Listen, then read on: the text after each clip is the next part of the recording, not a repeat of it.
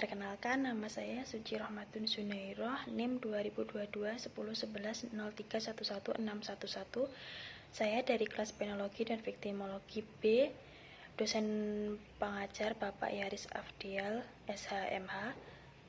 Di sini saya akan menjelaskan tentang hubungan sistem permasyarakatan dengan tujuan pembinaan menurut KUHP nasional. Sebelum ke inti atau ke pembahasan hubungan keduanya, di sini saya akan menjelaskan terlebih dahulu apa itu sistem permasyarakatan, kemudian tujuan pemidanaan itu sendiri. Dimulai dari sistem pemidanaan di Indonesia mengalami perkembangan yang sangat signifikan dari waktu ke waktu.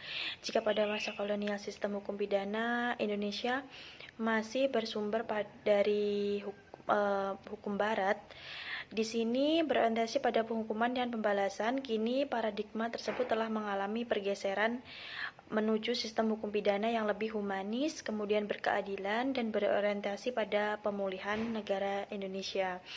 Kemudian perubahan ini tercermin secara nyata dalam Kitab Undang-Undang Hukum Pidana Nasional yang baru yang diterbitkan pada tahun 2023 dan disahkan pada tahun 2026 nanti.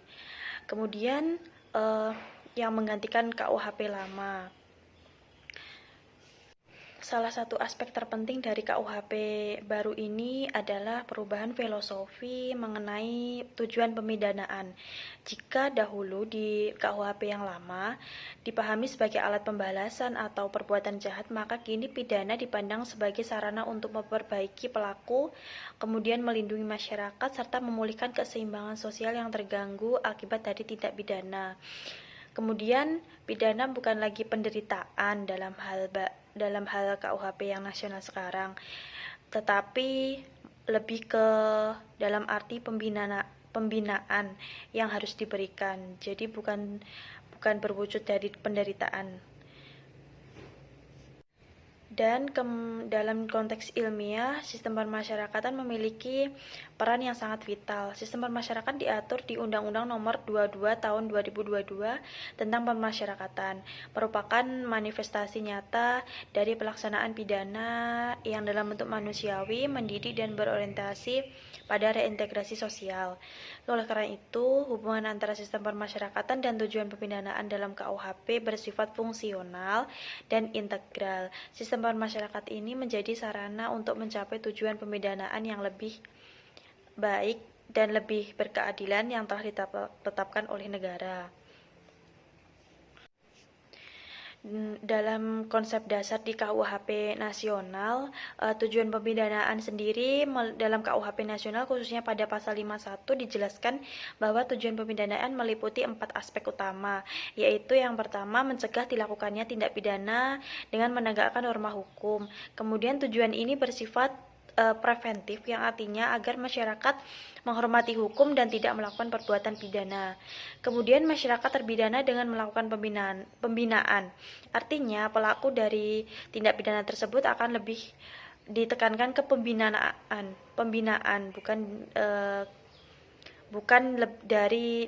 bukan derita lagi, agar menjadi pribadi yang baik dan berguna. Tujuan ini bersifat rehabilitatif, yang artinya menjadikan pidana sebagai perbaikan perilaku dari tindakan dari pelaku tersebut. Kemudian yang ketiga ada menyelesaikan konflik yang ditimbulkan oleh tindak pidana, artinya memulihkan keseimbangan serta mendatangkan rasa damai dalam masyarakat. Tujuan ini menggambarkan nilai restoratif justice, yaitu menekankan pemulihan daripada pembalasan. Kemudian ada menumbuhkan rasa penyesalan pada pelaku dan mendorongnya untuk tidak mengulangi perbuatannya. Tujuannya menekankan agar pelaku memberikan efek jera. Dengan disebutkan 4 aspek di atas, dengan demikian KUHP baru menggabungkan 3 paradigma utama dalam pemidanaan, yaitu retributif yang artinya memberi ganjaran atau kesalahan, kemudian preventif mencegah terjadinya perbuatan itu terjadi kembali, kemudian restoratif yaitu memulihkan keseimbangan sosial dan moral akibat dari kejahatan. Pendekatan ini menandai berakhirnya dominasi restoratif justice dalam hukum pidana Indonesia. KUHP nasional kini menegaskan bahwa pemidanaan harus dilaksanakan dengan mempertimbangkan nilai kemanusiaan, keadilan, dan tujuan sosial yang lebih luas. Kemudian dalam sistem permasyarakatan di Indonesia secara komprehensif, dulu sistem ini menggantikan lembaga permasyarakatan yang dulu dikenal sebagai penjara serta memperbaiki paradigma lama yang cenderung menghukum dengan penderitaan.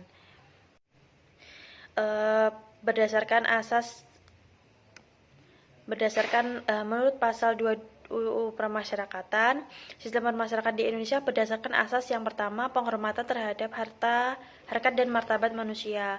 Kemudian ada perlindungan, non-diskriminasi, keadilan, pembinaan, dan reintegrasi sosial. Tujuan dari sistem permasyarakatan adalah membina warga binaan permasyarakatan agar menyadari kesalahan dan memperbaiki diri. Kemudian menjadikan mereka manusia yang berguna dan bertanggung jawab, menjamin pemenuhan hak asasi mereka selama menjalani pidana, dan mempersiapkan reintegrasi sosial agar tidak mengulangi tindak pidana. Hubungan antara sistem permasyarakatan dan tujuan pemidanaan dalam KUHP nasional dapat dilihat dari 3 dimensi, yaitu filosofis, normatif, dan praktis. Dari segi filosofis, hubungan secara filosofis keduanya berpijak pada nilai yang sama, yaitu kemanusiaan dan keadilan sosial. Tujuan pemidanaan yang menekankan pembinaan dan pemulihan keseimbangan sosial hanya dapat tercapai jika sistem pemasyarakatan dilaksanakan dengan prinsip humanis, berkeadilan, dan seimbang. Artinya, pemidanaan tidak lagi sekedar memberikan penderitaan, tetapi menjadi sarana untuk memperbaiki moral dan perilaku pelaku. Kemudian permasyarakatan memandang pelaku tindak pidana sebagai manusia yang tersesat, bukan manusia yang harus dimusnahkan. Perspektif ini sejalan dengan konsep restoratif justice yang kini menjadi semangat utama hukum pidana nasional atau hukum KUHP baru ini. Dengan pendekatan ini, proses pemidanaan diarahkan untuk memperbaiki hubungan antara pelaku, korban, dan masyarakat. Kemudian yang kedua ada secara normatif. Hubungan ini ditegaskan dalam peraturan perundang-undangan, pasal 51 KUHP dan pasal 2 serta pasal 3 UU Permasyarakatan.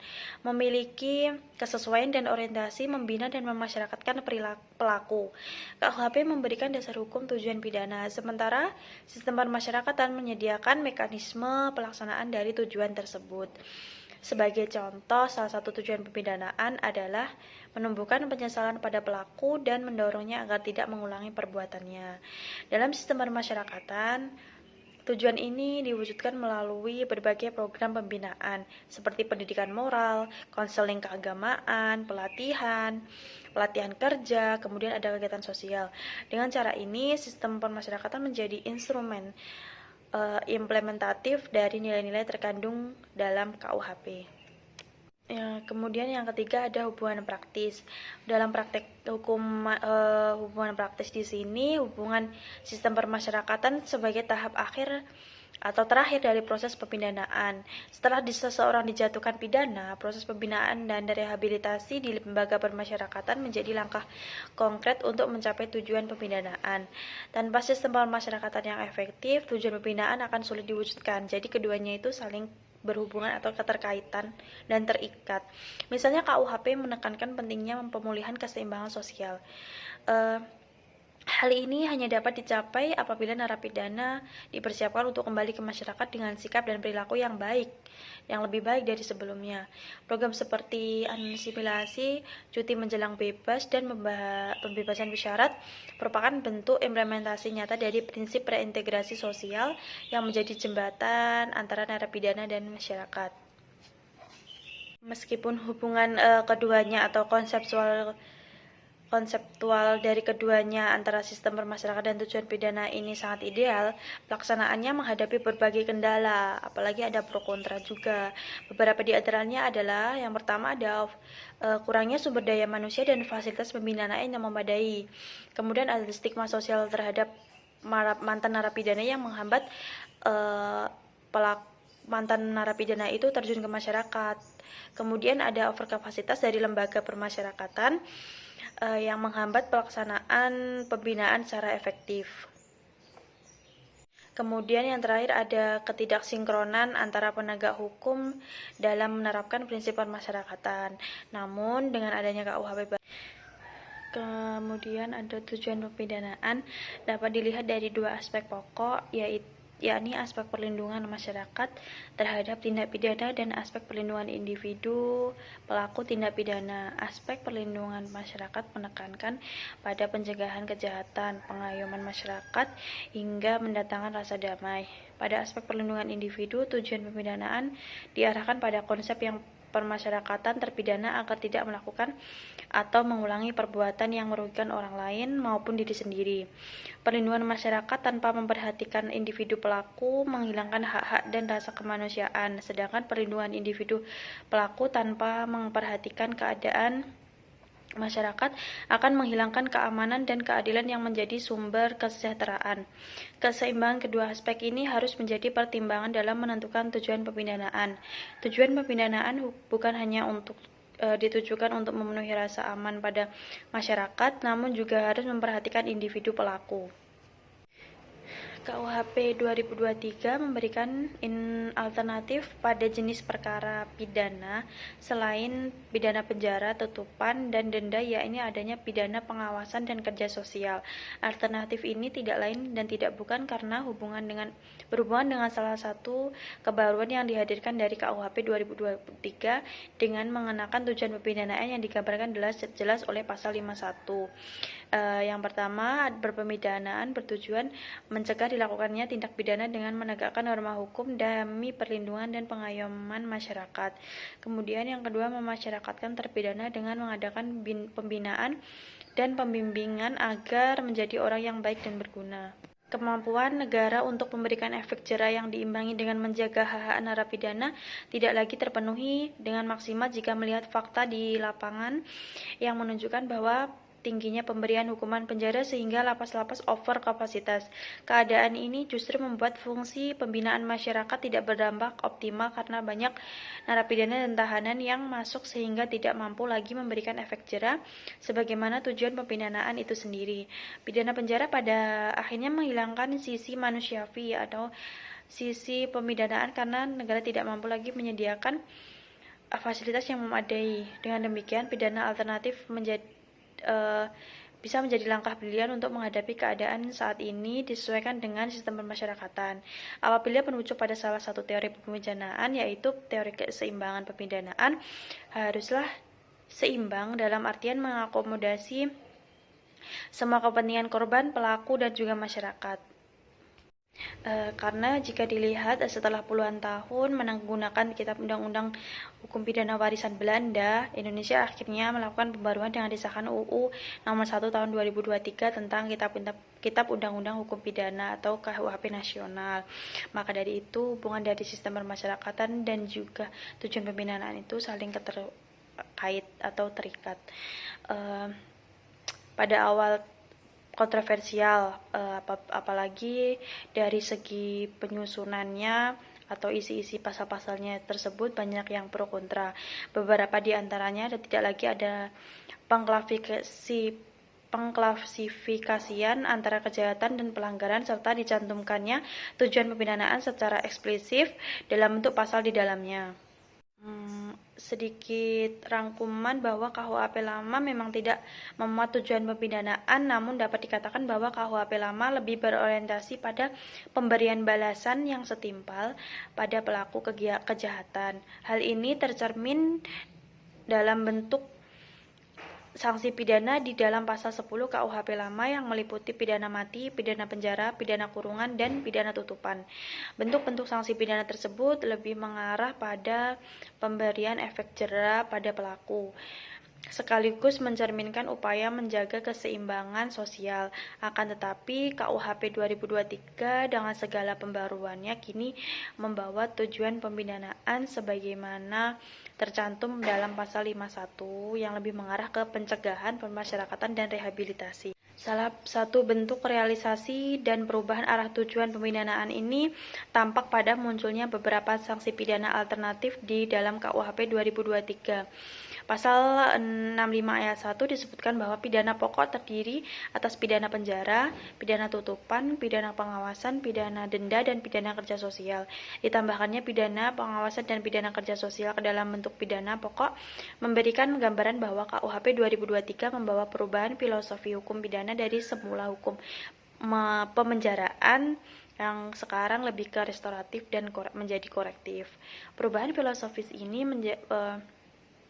juga dapat menjadi jawaban atas permasalahan sistem permasyarakatan, yakni lembaga permasyarakatan atau yang biasa kita sebut lapas, yang sudah over kapasitas. Berdasarkan data dari Kemenkumham per 2023 terjadi overkapasitas lapas di Indonesia yang mencapai angka lebih dari 90% dan penghuni lapas itu lebih dari 200.000 jiwa. Angka tersebut melebihi batas total kapasitas lapas di Indonesia. Seperti yang kita telah ketahui bahwa hukuman pidana pada dasarnya merupakan sanksi yang memberikan penderitaan atau nestapa akibat perbuatan yang tidak sesuai dengan norma-norma yang diyakini atau akibat dari kejahatan dari pelaku itu sendiri. Sejalan dengan pendapat Van Hamel, pidana adalah penderitaan khusus yang dijatuhkan oleh kuasa yang berwenang untuk menjatuhkan pidana atas negara sebagai penanggung jawab ketertiban hukum dan pelanggar semata-mata karena orang yang melanggar suatu peraturan yang harus ditegakkan oleh negara. Nah, biasanya yang menjatuhkan hukuman ini yaitu hakim. Sedangkan menurut Roslan Saleh, pidana merupakan suatu reaksi terhadap delik berwujud suatu nestapa yang dengan sengaja ditimpakan oleh negara pada pembuat delik atau pelaku kejahatan. Dari beberapa pendapat tersebut, kita bisa melihat bahwa pidana selalu identik dengan penderitaan dan nestapa. Pidanaan yang menekankan pembinaan dan pemulihan keseimbangan sosial hanya dapat tercapai jika sistem pemasyarakatan dilaksanakan dengan prinsip humanis, berkeadilan, dan seimbang. Artinya, pemidanaan tidak lagi sekedar memberikan penderitaan, tetapi menjadi sarana wujudkan. Jadi keduanya itu saling berhubungan atau keterkaitan dan terikat. Misalnya KUHP menekankan pentingnya pemulihan keseimbangan sosial. Hal ini hanya dapat dicapai apabila narapidana dipersiapkan untuk kembali ke masyarakat dengan sikap dan perilaku yang lebih baik dari sebelumnya. Program seperti asimilasi, cuti menjelang bebas, dan pembebasan bersyarat merupakan bentuk implementasi nyata dari prinsip reintegrasi sosial yang menjadi jembatan antara narapidana dan masyarakat. Meskipun hubungan keduanya atau konseptual dari keduanya antara sistem permasyarakatan dan tujuan pidana ini sangat ideal. Pemasyarakatan memiliki hubungan yang sangat erat dan fundamental dengan tujuan pembinaan menurut KUHP. Tujuan pembinaan menurut KUHP yaitu mengadopsi pendekatan modern yang menyeimbangkan antara perlindungan masyarakat dan perbaikan pelaku tidak pidana bergeser dari fokus pembalasan semata. Tujuan pembinaan ini yaitu berupa rehabilitasi dan reintegrasi. KUHP nasional secara eksplisit menegaskan bahwa pemidanaan harus berorientasi pada restoratif justice. Ini berarti penyelesaian konflik pidana tidak hanya melalui penghukuman tetapi juga melalui pemulihan hubungan antara pelaku, korban, dan masyarakat. Dalam sistem permasyarakatan, pendekatan restoratif diwujudkan melalui program-program seperti kegiatan keagamaan dan moral untuk menumbuhkan penyesalan dan kesadaran diri. Meskipun hubungan keduanya sangat ideal, tetapi ada tantangan dan pro kontra tersendiri. Secara garis besar dapat disimpulkan bahwasannya dari penjelasan dari awal sampai akhir tadi, hubungan antara sistem permasyarakatan dan tujuan pemidanaan menurut KUHP nasional adalah hubungan yang sangat erat, saling melengkapi dan bersifat integral, yang dimana KUHP nasional memberikan arah filosofis dan normatif bagi pelaksanaan pidana, sedangkan sistem permasyarakatan menjadi sarana konkret untuk mencapai tujuan dari tujuan pembinaan tersebut. Keduanya berpijak pada prinsip kemanusiaan, keadilan, dan pemulihan sosial. Pemidanaan tidak lagi dipahami sebagai balas dendam, sebagai dari sistem menghukum, menderitakan atau bagaimanapun, melainkan sebagai proses pembinaan yang bertujuan untuk mengembalikan pelaku dalam kehidupan masyarakat dengan kepribadian yang lebih baik. Di sini pelaku kejahatan lebih ke dibina agar kembali ke masyarakat dalam pribadi yang lebih baik dan tidak ada dendam atau apapun. Sistem pemasyarakatan dengan segala programnya merupakan perwujudan nyata dari tujuan pemidanaan yang diamanatkan oleh KUHP.